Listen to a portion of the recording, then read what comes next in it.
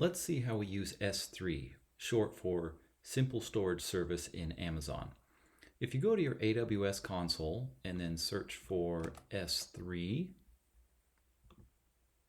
you will come up with the dashboard for Amazon S3. And chances are, if you're doing this for the first time, you won't see any buckets there, but buckets are like folder names that you use up in the cloud.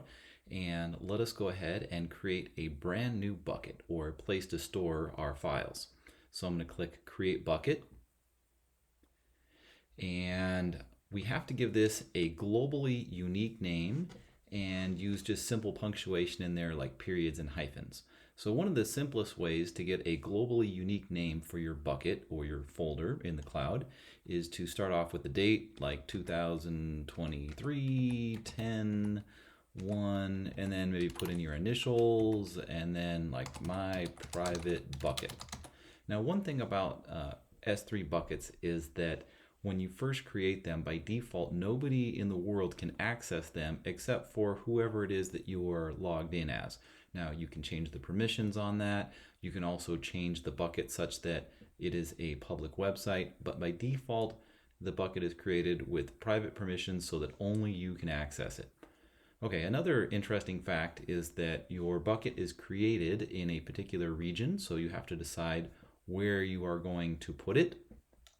I'm just going to leave the default here with US East 1. An implication of this is that there can be increased latency or delays in pulling data into or putting data into this bucket if you are somewhere else farther away from this. This also has implications if you are using this as a website that you wouldn't want, for example, you wouldn't want to put or select a region for your bucket that's on the other side of the world. Except, of course, maybe if you wanted to save a little bit of money, because some regions may be a little cheaper than others. But generally speaking, you want to put, if you're going to use this as a website, you want to put the bucket closest to your users. Okay, so we really don't need to do anything other than have a unique bucket name. We'll scroll down through here. Here is one of the things that by default is blocking access to other user accounts in AWS, including users within your own account. At present, only the root account and the creator of this bucket is going to be able to access this bucket. Another interesting thing is that if you are using this to store documents, I don't know if you're familiar with things like Box or Dropbox, those services, or even Google Drive, they give you the option to have different versions of your files so that you never lose them. If you wanted to, you could keep on overwriting a particular file with the same name, but with bucket versioning enabled, you could maintain all your previous versions of the things that you uploaded. In this case, I'm going to leave it off. And another interesting thing is you could encrypt your data that is stored up in that bucket.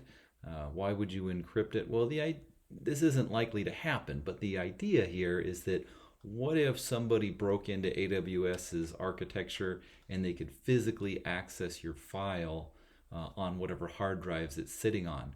Well, the data and the encryption keys are stored in separate places, and so it's unlikely that they would get both of those. So if they just got access to your hard drive in a data center somewhere, if you encrypted it, they could never actually read your data. All right, so again, all I did was give it a unique name for my bucket. I'm going to go ahead and click Create. And it is basically instantly created. I'm going to click here to sort by creation date, and you will see the new bucket has been created. I see a little bit of information about it here, that its location, for example, and the fact that it is currently not accessible to much of the world. It's not a public bucket. Let's click on it. Okay, so here is where I can start uploading files. So let me go ahead and click Upload, and I am going to click then Add Files. And I'm going to go over here to Downloads, and recently I was doing some stuff with some movies, so I was making some videos. Let's go ahead and grab one of these. It's a little bit on the big side, so it'll take a second, but off it goes. So I could upload a whole bunch all at once, but as it is, I'm just going to upload one file. if I wanted to, I could put different permissions on different files, but that's beyond the scope of this demonstration. Okay, sadly, because I picked a rather large file, it's taking a few seconds to upload this, but hopefully it'll be done anytime now. Okay, it has completed, and so there's nothing really to see here of interest, so I can hit close. All right, so now I'm looking at this particular bucket and I can see a file that is in here.